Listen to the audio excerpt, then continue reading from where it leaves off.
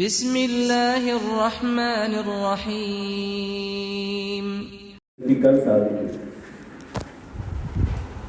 എന്നാൽ പ്രസംഗിക്കുക എന്നത്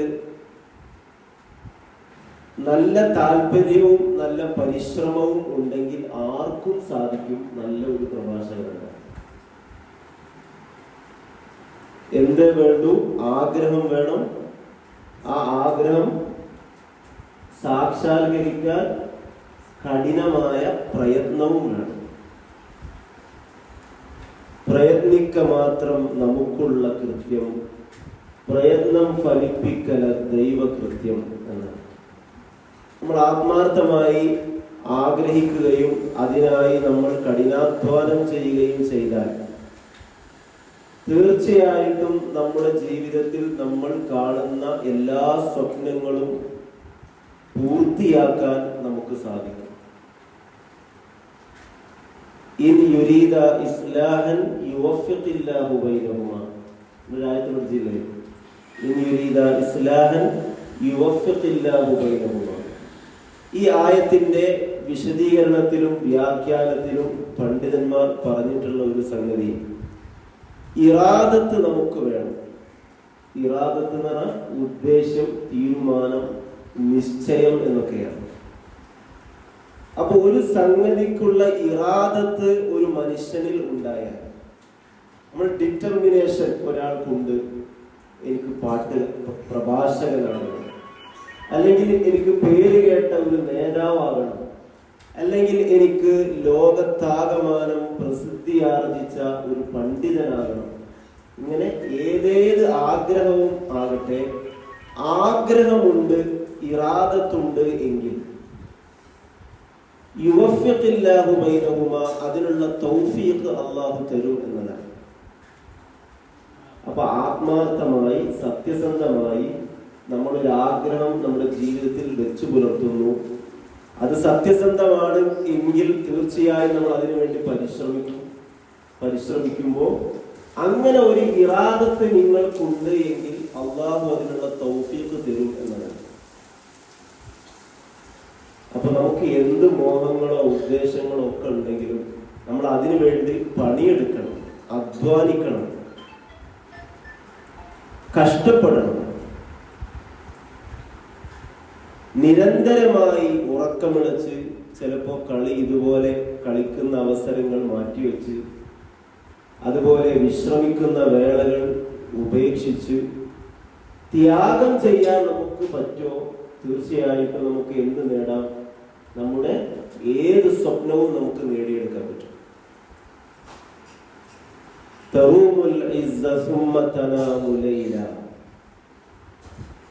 ഭയങ്കര ലക്ഷ്യങ്ങളൊക്കെ ഉണ്ട്, പക്ഷെ ആ ലക്ഷ്യങ്ങളിലേക്ക് ഒരു ചുവട് പോലും വെക്കാൻ അയാൾ സന്നദ്ധനല്ല. എന്നാൽ അയാളെ ലക്ഷ്യങ്ങൾ എന്നും അതേപോലെ തന്നെ പൂച്ചൂടാതെ വിദൂരതയിൽ നിൽക്കും. അതൊരിക്കലും സാധിക്കുകയില്ല.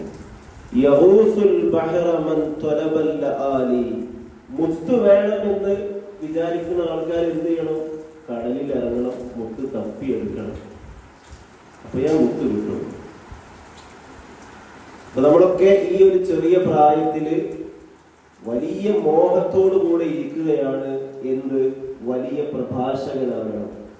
ആ ആഗ്രഹം എല്ലാ ദിവസവും നമ്മൾ നമ്മുടെ മനസ്സിനോട് പറയുകയും വേണം.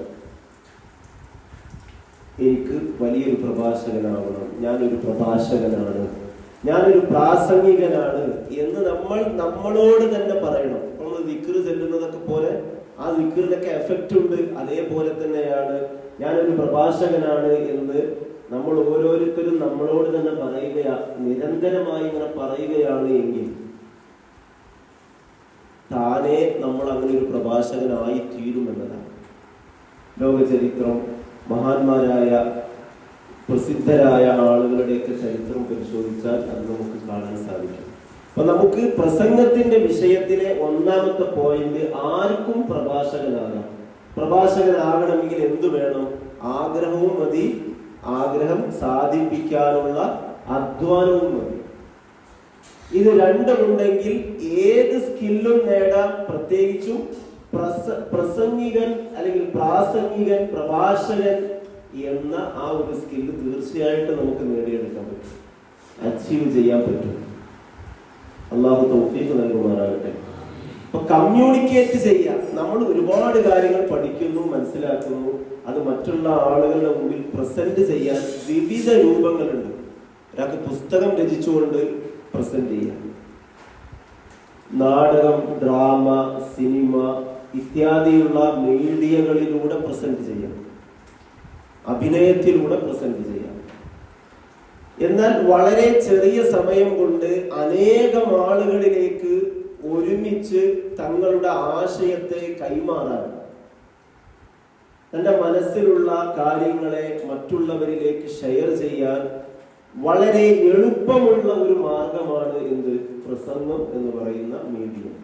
പ്രസംഗത്തിലൂടെ എത്ര ലക്ഷക്കണക്കിന് ആളുകൾ ഉണ്ടെങ്കിലും നമുക്ക് ഞൊടിയുടെ നേരം കൊണ്ട് നമ്മൾ എന്താണോ പറയാൻ ഉദ്ദേശിക്കുന്നത് ആ വിഷയം പ്രസംഗം എന്ന മീഡിയത്തിലൂടെ അവരിലേക്ക് എത്തിക്കാൻ പറ്റും. അതേസമയത്ത് ഒരു പുസ്തകമാണെങ്കിലോ നമ്മൾ ആദ്യം പുസ്തകം തയ്യാറാക്കണം, പിന്നെ ആ പുസ്തകം അവർ വായിച്ചെടുക്കണം. അപ്പൊ അതിന് ഒരുപാട് സമയം ആവശ്യമാണ്. പക്ഷെ പ്രസംഗത്തിന് അങ്ങനെ ഒരു സമയത്തിന്റെ ആവശ്യമില്ല. വളരെ പെട്ടെന്ന് നമ്മുടെ മെസ്സേജ് കൈമാറാൻ നമുക്ക് സാധിക്കും. അപ്പൊ പ്രസന്റേഷൻ എന്നത്, അല്ലെങ്കിൽ കമ്മ്യൂണിക്കേറ്റ് ചെയ്യാൻ സാധിക്കുക എന്നത്, മറ്റുള്ളവരോട് നമ്മുടെ ആശയങ്ങൾ കൈമാറുക എന്നത്, അത് അതിന്റെ ഭംഗിയായി വൃത്തിയായി നടത്താൻ നമ്മൾ ഒന്ന് മനസ്സ് വെച്ചാൽ നമുക്ക് സാധിക്കും. അതാണ് ലോക ചരിത്രം ഇന്നോളം നമ്മളോട് പറഞ്ഞുകൊണ്ടിരിക്കുന്നത്. ഒരു പട്ടാളക്കാരൻ, അദ്ദേഹം ഒരു യുദ്ധത്തിൽ ഷഹീദായി അല്ലെങ്കിൽ രക്തസാക്ഷിയായി. അദ്ദേഹത്തിന് ചെറിയ കുഞ്ഞ്, ആ കുഞ്ഞിന് ആ പട്ടാളക്കാരന്റെ ഭാര്യ അഥവാ ആ കുഞ്ഞിന്റെ മാതാവ് ഭക്ഷണം കൊടുക്കുമ്പോൾ എന്നും പറയും, ചുമരിൽ തൂക്കിയ ചിത്രത്തിലേക്ക് ചൂണ്ടിയിട്ട് പറയും, അതാണ് മോനെ നിന്റെ അച്ഛൻ, അതാണ് മോനെ നിന്റെ അച്ഛൻ. അപ്പൊ ഒരിക്കൽ ആ കുട്ടി ചോദിച്ചു, അച്ഛന്റെ പുറത്ത് ആരാ ഇരിക്കണത്? അച്ഛന്റെ പുറത്ത് ആരാണ് ഇരിക്കുന്നത്? അപ്പൊ കുതിരപ്പുറത്ത് അച്ഛൻ ഇരിക്കുന്ന ഒരു ഫോട്ടോയായിരുന്നു ആ ചുമരിൽ ഉണ്ടായിരുന്നത്. അപ്പൊ ഈ പെണ്ണ് അല്ലെങ്കിൽ ഈ മാതാവ് കൈമാറാൻ ഉദ്ദേശിച്ച ഒരു മെസ്സേജ് എന്താണ്? ആ കുതിരയുടെ പുറത്തിരിക്കുന്നത് അതാണ് മോനെ നിന്റെ അച്ഛൻ എന്നതാണ്. പക്ഷെ കുട്ടി മനസ്സിലാക്കിയത് എന്താണ്? നേരെ തിരിച്ചാണ്. അപ്പൊ നമ്മൾ ഉദ്ദേശിക്കുന്ന കാര്യം പരിപൂർണമായ അളവിൽ നമ്മളെ കേൾക്കുന്ന ശ്രോതാവിനെ ബോധ്യപ്പെടുത്താൻ സാധിക്കുമാറ് നമുക്ക് ഭാഷാപരമായ അല്ലെങ്കിൽ ആശയത്തെ സംവേദനം ചെയ്യാനുള്ള സിദ്ധി ഉണ്ടാകണം, ശേഷി ഉണ്ടാകണം. ചില ആളുകളൊക്കെ സംസാരിച്ചാൽ ഒരു സെന്റൻസ് പൂർണ്ണമാവില്ല. ബാക്കി നമ്മൾ അടുത്തൊരു ക്വസ്റ്റ്യൻ ആ കേൾക്കുന്ന ആൾ ചോദിക്കണം, അപ്പൊ വീണ്ടും ബാക്കി പറയും. അല്ലെങ്കിൽ എന്തെങ്കിലും മൂളിയിട്ടോ സെന്റൻസ്, ഒരു വാചകം പൂർണ്ണമായും പറഞ്ഞ് അവസാനിപ്പിക്കുക എന്നത് നമ്മളെ സംബന്ധിച്ചിടത്തോളം വളരെ പ്രധാനമാണ്. പ്രത്യേകിച്ച് നമ്മൾ പണ്ഡിതന്മാരായി മുതഅല്ലിമീങ്ങളായി ഇന്നല്ലെങ്കിൽ നാളെ സമൂഹത്തിലേക്ക് ഇറങ്ങുകയും സാമൂഹ്യമായി സേവനം ചെയ്യാൻ സന്നദ്ധരാവുകയും ചെയ്ത ആളുകൾ എന്ന നിലയിൽ നമ്മുടെ മനസ്സിലുള്ള കാര്യങ്ങൾ, നമ്മൾ സ്വായത്തമാക്കിയ വിജ്ഞാനീയങ്ങളൊക്കെ മറ്റുള്ളവർക്ക് പകർന്നു കൊടുക്കാൻ വളരെ ഫലപ്രദമായ ഒരു ശേഷി നമുക്കുണ്ടായിരിക്കണം. അപ്പൊ നമ്മൾ പ്രസംഗിക്കാൻ നിർബന്ധമായും പഠിച്ചിരിക്കണം, അല്ലെങ്കിൽ സാധാരണ രീതിയിൽ സംസാരിക്കാൻ പഠിച്ചിരിക്കണം. ലോക ചരിത്രത്തിൽ കഴിഞ്ഞുപോയ നിരവധി നേതാക്കന്മാരുണ്ട്. രാഷ്ട്രീയ നേതാക്കളുണ്ട്, ഭരണകർത്താക്കളുണ്ട്, അതുപോലെ തന്നെ സാമൂഹ്യ പരിഷ്കർത്താക്കളുണ്ട്, അതുപോലെ തന്നെ പല രീതിയിൽ പ്രസിദ്ധരായ നിരവധി ആളുകളുണ്ട്. സമൂഹത്തിൽ മാറ്റങ്ങൾ ഉണ്ടാക്കിയ ആരെങ്കിലും പേര് പറയാൻ പറ്റുമോ? സമൂഹത്തിൽ വലിയ വലിയ മാറ്റങ്ങളൊക്കെ ഉണ്ടാക്കിയ മതാചാര്യന്മാര് അല്ലെങ്കിൽ രാഷ്ട്രീയ നേതാക്കന്മാര്. ഉദാഹരണം Abraham Lincoln, best example. Lincoln. പിന്നെ അത് വൈകുന്നേരമാണ്, അപ്പൊ നിങ്ങളുണ്ടെങ്കിൽ അത് ശരിയാവില്ല. കൂടെ APJ അബ്ദുൽ കലാം. പിന്നെ മഹാത്മാഗാന്ധി. അതാരാ പറഞ്ഞേ? എന്റെ പേരെന്താ? സ്വാലിഹ്. ഓനപ്പോ ഇവിടെ ഏറ്റവും ചെറുത് മഹാത്മാഗാന്ധി, അതേപോലെ തന്നെ എബ്രഹാം ലിങ്കൺ, പിന്നെ APJ അബ്ദുൽ കലാം. ഇനി വേറെ ആൾക്കാര്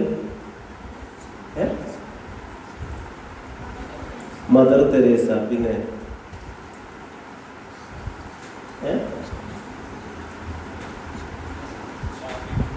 ഇമാം ഷാഫി. പോട്ടെ. ജവഹർലാൽ നെഹ്റു. ഒരു ഉഷാറോട്ടോ അല്ലേ? രണ്ടാളും വില പറഞ്ഞു. രണ്ടാളുകളും വലിയ പ്രഭാഷകരാണ്. തങ്ങളുടെ പ്രഭാഷണ വാഗ്വിലാസം കൊണ്ട് വലിയൊരു ജനസമൂഹത്തെ ആകർഷിച്ച ആളുകൾ. നെഹ്റുവിന്റെ പ്രഭാഷണങ്ങൾ, ഗാന്ധിജിയുടെ പ്രഭാഷണങ്ങൾ, അതുപോലെ തന്നെ എബ്രഹാം ലിങ്കന്റെ പ്രഭാഷണങ്ങൾ, ഇവരൊക്കെ അവര് ജീവിച്ച കാലഘട്ടത്തിലെ വലിയൊരു ജനവിഭാഗത്തെ അവരിലേക്ക് ആകർഷിച്ച, സ്വാധീനിച്ച നേതാക്കളാണ്. അവരൊക്കെ സ്വാധീനിച്ചത് എങ്ങനെയാണ്? അവരുടെ പ്രഭാഷണങ്ങളിലൂടെയാണ്. അപ്പൊ വാഗ്വിലാസം, വാഗ്മിത, സംസാര വൈഭവം, അതിലൂടെയാണ് വലിയ ഒരു ജനസമൂഹത്തെ അവർ തങ്ങളിലേക്ക് ആകർഷിക്കുകയും അവരുദ്ദേശിക്കുന്ന കാര്യങ്ങൾ നടപ്പിലാക്കുകയും വിജയങ്ങൾ നേടിയെടുക്കുകയും ചെയ്തിട്ടുള്ളത്. നമ്മളൊക്കെ ഓരോരുത്തരും നാളെ ഓരോരോ മഹല്ലത്തിൽ അല്ലെങ്കിൽ നമ്മുടെ ഓരോ ഇടങ്ങളിൽ, നാടുകളിൽ, സ്ഥാപനങ്ങളിലൊക്കെ വലിയ ഒരു സമൂഹത്തെ കൈകാര്യം ചെയ്യേണ്ട ആളുകളാണ്. അപ്പൊ അവരെ നമ്മിലേക്ക് ആകർഷിക്കണമെങ്കിൽ അവരോട് വളരെ മനോഹരമായി സംസാരിക്കാൻ നമുക്ക് സാധിക്കണം. അങ്ങനെ സംസാര വൈഭവം ഉണ്ടെങ്കിൽ അവർക്ക് ലോകത്തുള്ള ഏത് കസേരയും അവർക്ക് നേടിയെടുക്കാൻ പറ്റും. ഏത് കസേരയും.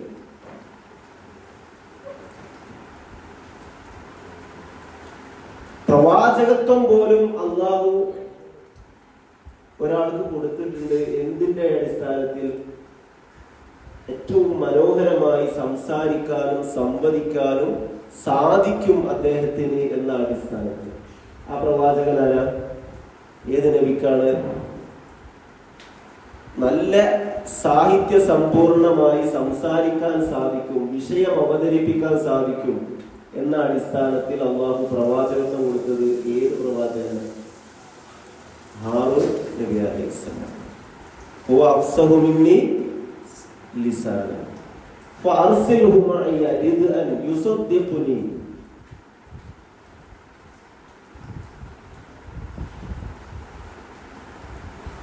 ഹുവ അഫ്സഹു മിന്നി ലിസാന. ആരാണത് പറയുന്നത്? മൂസാ നബി അലൈഹിസ്സലാം അല്ലാഹുവിനോട് പറയാണ്, പടച്ചവനെ, ഞാൻ എന്നേക്കാൾ വളരെ ഭംഗിയായി ആകർഷണീയമായി സംസാരിക്കാൻ ഹാറൂനിന് സാധിക്കും. അതുകൊണ്ട് ഫാർസിൽഹു മഅി, എന്റെ ഈ ഒരു മിഷൻ, പടച്ചവനെ, ഫിറഔനിന്റെ അടുത്ത് പോകണം, അവനോട് ഈ സത്യസന്ദേശം കൈമാറണം. അതുപോലെ തന്നെ ഇസ്രായേൽ സമൂഹത്തെ ഖിബ്തികളുടെ ഈജിപ്തിലെ കോപ്റ്റിക് വംശജരിൽ നിന്ന്, ഫിറഔനിന്റെ ആളുകളിൽ നിന്ന് മോചിപ്പിക്കണം. ഈ ഒരു ദൗത്യം, ആ ദൗത്യത്തിൽ എന്റെ കൂടെ ഒരു സഹപ്രവർത്തകനായി ആരെ കൂടെ എനിക്ക് തരണം? ഹാറൂനിനെ കൂടെ എനിക്ക് തരണം. കാരണം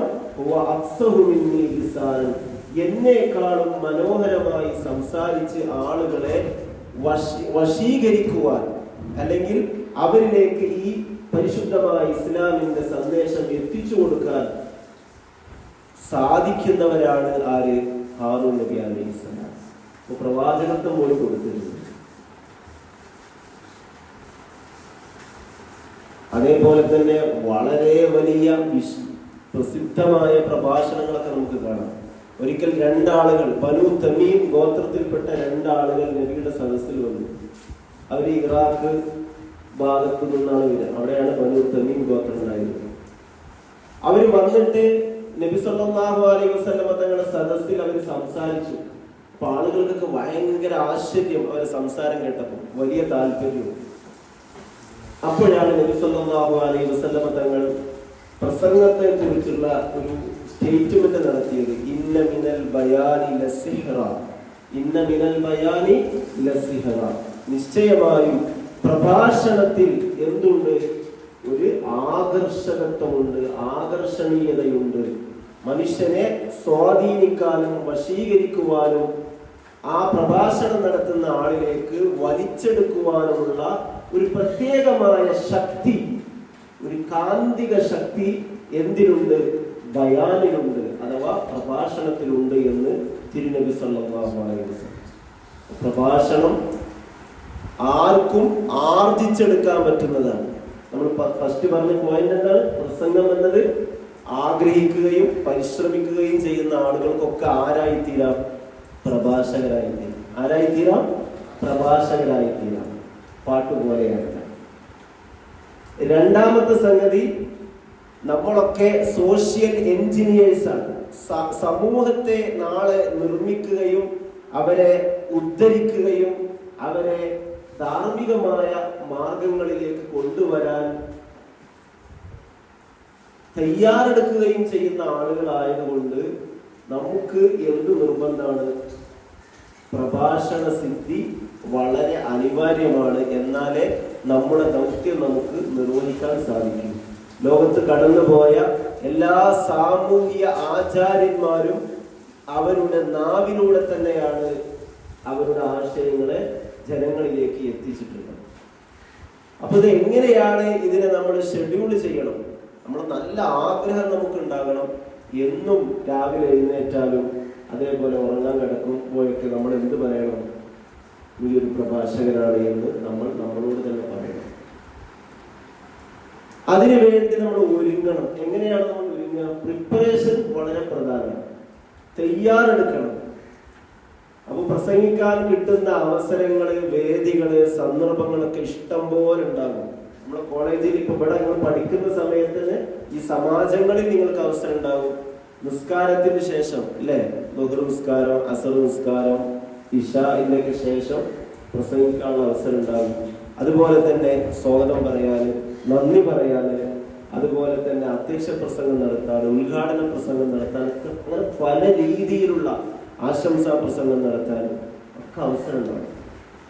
ഒരു അവസരവും ജീവിതത്തിൽ കൈവരാൻ നാട്ടിൽ പോയാൽ, അപ്പൊ പഠിക്കാൻ പോകുന്ന കുട്ടികളാണ്, കോളേജിൽ പഠിക്കുന്നത്, മുത്താലിമാണ്, നാട്ടിൽ എന്തെങ്കിലും ചടങ്ങോ പരിപാടിയൊക്കെ ഉണ്ടാകുമ്പോൾ രണ്ടു വാക്ക് പറയാൻ ഒരുപക്ഷെ നിങ്ങളെ അവർ വിളിക്കും. അങ്ങനെയുള്ള അവസരങ്ങളിലൊക്കെ നമ്മൾ എന്ത് ചെയ്യണം? ബാക്കോട്ട് പോകണം, മാറി നിൽക്കണം. അങ്ങനെയാണോ? അല്ലെങ്കിൽ ആ സദസ്സിൽ ബോധപൂർവം പോവാതിരിക്കണം? അങ്ങനെയല്ല. ആ അവസരങ്ങളൊക്കെ നമുക്ക് നല്ല ഒരു സുവർണാവസരമായി കണ്ട് നമ്മൾ അതിന്റെ മുമ്പിൽ പോയി നിൽക്കണം. പേടിയുള്ള ആൾക്കാരുണ്ടാവും.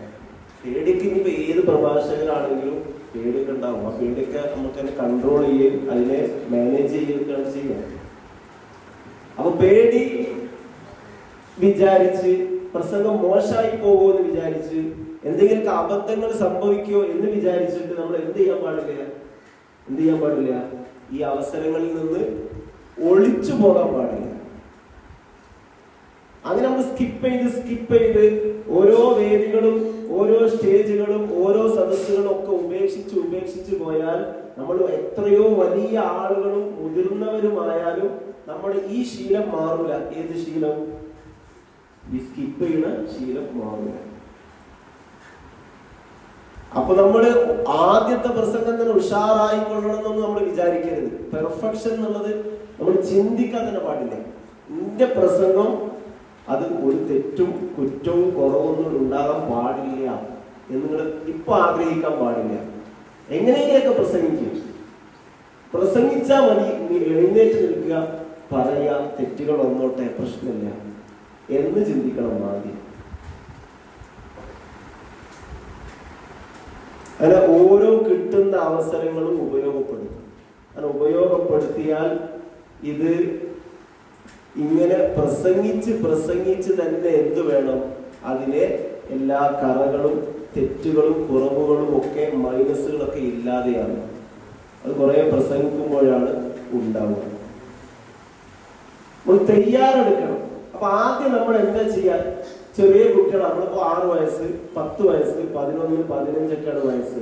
അപ്പൊ നമ്മൾ ആദ്യം എന്ത് ചെയ്യണം എന്ന് വെച്ചാല് 1, 2, 3 പ്രഭാഷണങ്ങൾ, പ്രസംഗങ്ങൾ, നല്ല വിഷയങ്ങളെ പറ്റിയുള്ള നല്ല ഭാഷയിൽ കോർത്തിണക്കിയ ഒരു 3-4 പ്രസംഗങ്ങൾ നമ്മൾ കാണാതെ പഠിക്കുക. അത് കേൾക്കുന്നുണ്ടാവും, ഉണ്ടാവും, കേൾക്കുന്നുണ്ടാവും. എന്ത് വേണം? ഒരു 3-4 പ്രസംഗങ്ങൾ കാണാതെ പഠിക്കുക. അത് ഉസ്താദ്മാരെ കൊണ്ടോ അല്ലെങ്കിൽ മറ്റു വലിയ മുതിർന്ന ആരെ കൊണ്ടൊക്കെ തയ്യാറാക്കിയിട്ട്, ഇപ്പോൾ നബി സല്ലല്ലാഹു അലൈഹി വസല്ലം തങ്ങളെ കുറിച്ചൊരു പ്രസംഗം, അല്ലെങ്കിൽ ഇസ്ലാമിനെ കുറിച്ചൊരു പ്രസംഗം, അതിൽ ഏതെങ്കിലും ഒരു 3-4 ടോപ്പിക്കിൽ വിഷയത്തെ ആസ്പദമാക്കിയുള്ള ഒരു 3-4 നല്ല പ്രസംഗങ്ങൾ നമ്മൾ എന്ത് ചെയ്യാം? തയ്യാറാക്കി, അല്ലെങ്കിൽ ആരെ കൊണ്ടെങ്കിലും തയ്യാറാക്കി കൊണ്ടുവന്ന് കാണാതെ പഠിക്കും. ആ പ്രസംഗം കാണാതെ പഠിച്ചിട്ട് അത് നമുക്ക് കിട്ടുന്ന അവസരങ്ങളിലൊക്കെ ഉഷാറായിട്ട് പ്രസംഗിക്കും. ഒരു തിയറി ഉണ്ട്, ഇൻപുട്ട് ഔട്ട്പുട്ട്. അത് കേട്ടു നിങ്ങൾ? ഇൻപുട്ട് ഔട്ട്പുട്ട് എന്ന് കേട്ടില്ലേ? കമ്പ്യൂട്ടർ അതുമായിട്ട് ബന്ധപ്പെട്ട് നമ്മൾ ഇൻപുട്ട് ഔട്ട്പുട്ട് എന്ന് പറയുന്ന ഒരു സംഗതി. അഥവാ എന്താണോ നമ്മൾ അങ്ങോട്ട് കൊടുക്കുന്നത് അത് തന്നെയാണ് റിട്ടേൺ ആയി നമുക്ക് തിരിച്ചു കിട്ടുക. ഇതിനാണ് ഇൻപുട്ട് ഔട്ട്പുട്ട് തിയറി എന്ന് പറയാം. കമ്പ്യൂട്ടറിലേക്ക് അതിൻ്റെ ഉള്ളിൽ ഒരു കോഡ് ഭാഷ സെറ്റ് ചെയ്തിട്ടുണ്ട്, അതാണ് അതിന്റെ ഇൻപുട്ട്. നമ്മൾ എന്ത് ചോദിച്ചാലും ആ ഉള്ളിൽ സെറ്റ് ചെയ്ത കോഡ് ഭാഷ അതിന്റെ സഹായത്തിലാണ് അത് തിരിച്ചു നമുക്ക് മറുപടി തരുന്നത്, ഔട്ട്പുട്ട്. ഇത് പ്രകൃതിയിലെ ഒരു നിയമമാണ്. എന്താണോ അങ്ങോട്ട് കൊടുക്കുന്നത് അത് തിരിച്ചു കൊടുക്കുന്നു. ഒരു പാറ, ഒരു വലിയ പാറക്കല്ല്, ആ കല്ലിന്റെ മീതേക്ക് ഒരുപാട് കാലം വെള്ളം വന്നിങ്ങനെ ചാടിയാൽ ഒരു വെള്ളച്ചാട്ടം, ആ വെള്ളച്ചാട്ടം അത് വന്ന് ആ വെള്ളം പതിക്കുന്നത് എവിടെ? ഒരു പാറയുടെ മേലെയാണ്. ഇനി ഈ വെള്ളച്ചാട്ടം നിലച്ചു പോയാലും ഈ പാറയുടെ ഉള്ളിൽ നിന്ന് ഉറവ പൊട്ടും. ഒരുപാട് കാലം കഴിഞ്ഞാൽ ആ പാറയുടെ ഉള്ളിൽ നിന്ന് വെള്ളം ഉറവ പൊട്ടും. കാരണം അതിന്റെ ഉള്ളിലേക്ക് കൊടുത്തിട്ടുള്ളത് എന്താണ്? വെള്ളമാണ്. Input output. മനുഷ്യരും ഇങ്ങനെ തന്നെയാണ്. നമ്മൾ ഒരുപാട് കാര്യങ്ങൾ നമ്മൾ മനസ്സിലേക്ക് കയറ്റി വെച്ചു, ഒരുപാട് കാര്യങ്ങൾ. ഒരു നല്ല പ്രഭാഷകനെ സംബന്ധിച്ചിടത്തോളം അവൻ നല്ല വായനക്കാരനാണ്, നല്ല വായനക്കാരനാണ്. എന്തും വായിക്കണം. പത്രമാധ്യമങ്ങൾ, ആനുകാലികങ്ങൾ, ഇതൊക്കെ വായിച്ച് ഒരുപാട് പ്രസംഗങ്ങൾ നമ്മൾ കാണാതെ പഠിച്ച്, അല്ലെങ്കിൽ ഒരുപാട് അറിവുകൾ നമ്മൾ കാണാതെ പഠിച്ച് നമ്മൾ മനസ്സിലാക്കി കഴിഞ്ഞാൽ പിന്നെ നമുക്ക് ഒന്നും വായിക്കണമെന്നും ഉണ്ടാവില്ല, അല്ലെങ്കിൽ കാണാതെ പഠിക്കേണ്ടി വരില്ല. നമ്മൾ സ്വയമേ നമ്മുടെ ഉള്ളിൽ നിന്ന് പ്രസംഗങ്ങൾ വരും. സദസ്സും പീഠവും സ്റ്റേജൊക്കെ ഉണ്ടായാൽ നമ്മൾ കുറെ പ്രസംഗം അങ്ങോട്ട് കാണാതെ പഠിച്ചിട്ട് നമ്മുടെ മൈൻഡിൽ ഉണ്ടെങ്കിൽ പിന്നീട് പ്രസംഗങ്ങൾ ഓട്ടോമാറ്റിക്കായി നമ്മുടെ ഉള്ളിൽ നിന്ന് പുറത്തേക്ക് വരും. പിന്നെ കാണാതെ പഠിക്കുകയോ എഴുതി തയ്യാറാക്കുകയോ ഒന്നും ചെയ്യേണ്ടതില്ല. കാരണം എന്താണ്? നമ്മുടെ മനസ്സിലേക്ക്, നമ്മുടെ ഹൃദയത്തിലേക്ക് ഒരുപാട് പ്രസംഗങ്ങളും പോയിന്റുകളും കവിതകളും ഒക്കെ നമ്മൾ നേരത്തെ എന്ത് ചെയ്തിട്ടുണ്ട്? ഇൻവെസ്റ്റ് ചെയ്തിട്ടുണ്ട്, നേരത്തെ അങ്ങോട്ട് നിക്ഷേപിച്ചിട്ടുണ്ട്. അതാണ് ഇൻപുട്ട്. അതിൽ നിന്ന് പിന്നീട് പിൽക്കാലത്ത് നമ്മൾ വലിയ ആളുകളായി കഴിഞ്ഞാൽ, വലിയ അവസരങ്ങൾ നമ്മുടെ മുമ്പിൽ വരുമ്പോൾ അതിൽ നിന്ന് അപ്പോൾ പുതിയ പുതിയ അറിവുകളും പുതിയ പുതിയ വാചകങ്ങളൊക്കെ ഇങ്ങോട്ട് വരും. നമ്മുടെ നാവിൽ തന്നെ വരും, നമ്മൾ വിചാരിക്കാതെ വരും. അത് മനസ്സിലാവുണ്ടോ? അപ്പൊ നമ്മൾ പത്രങ്ങൾ വായിക്കണം, ആനുകാലികങ്ങൾ വായിക്കണം, അഥവാ മാസികകള്, വാരികകള് വായിക്കണം, പുസ്തകങ്ങൾ വായിക്കണം. ഒരു പ്രസംഗം നമുക്ക് കിട്ടുമ്പോൾ പ്രസംഗിക്കാനുള്ള ആ ഒരു ശൈലി മാത്രമല്ല, പിന്നെ ആ നമ്മുടെ പ്രസംഗത്തിൽ കണ്ടന്റ് വേണം. എന്ത് വേണം? അതിന് പോയിന്റുകളൊക്കെ വേണം. നമ്മൾ പോയിന്റുകളൊക്കെ എവിടെ കണ്ടാലും ഒരു ഡയറിയിൽ കുറിച്ചു വെക്കണം. പോയിന്റുകൾ തന്നെ വൈവിധ്യം പോയിന്റുകളിൽ വേണം, വ്യത്യസ്തമായ പോയിന്റുകൾ വേണം. കവിതകൾ വേണം, കഥകൾ വേണം, ഉപമകൾ വേണം, ആയത്ത് ഹദീസുകൾ വേണം, മഹാന്മാരുടെ ഉദ്ധരണികളും പ്രസ്താവനകളും വേണം. അപ്പൊ ഇതൊക്കെ എവിടെ കണ്ടാലും അതിങ്ങനെ കണ്ടിങ്ങനെ പോവുക എന്നതിൽ കവിഞ്ഞ് ഒരു ഡയറിയിൽ എവിടെ നമുക്ക് പുതിയൊരു പോയിന്റ് കിട്ടിയാലും അതൊക്കെ നമ്മളിങ്ങനെ രേഖപ്പെടുത്തി വെക്കും. മൻ കതബ ഫർവ വമൻ ഹഫിബ ഫർവ എന്നാണ്. അവിടെ നമ്മള് രേഖപ്പെടുത്തി വെച്ചാൽ അത് എന്നും അവിടെ ഉണ്ടാകും. കാണാതെ പഠിച്ച സമയം ചിലപ്പോൾ നമ്മൾ അപ്ഡേറ്റ് ചെയ്തിട്ടില്ലെങ്കിൽ അത് ചിലപ്പോൾ നമ്മളെ മൈൻഡിൽ നിന്ന് മിസ്സായി പോകും. പോയിന്റുകൾ കിട്ടിയാൽ, കവിതകൾ കിട്ടിയാൽ, അതുപോലെ തന്നെ മഹാന്മാരുടെ ഉദ്ധരണികൾ കിട്ടിയാൽ, ഹദീസ് ആയത്തുകൾ കിട്ടിയാൽ, ചരിത്ര സംഭവങ്ങൾ കിട്ടിയാൽ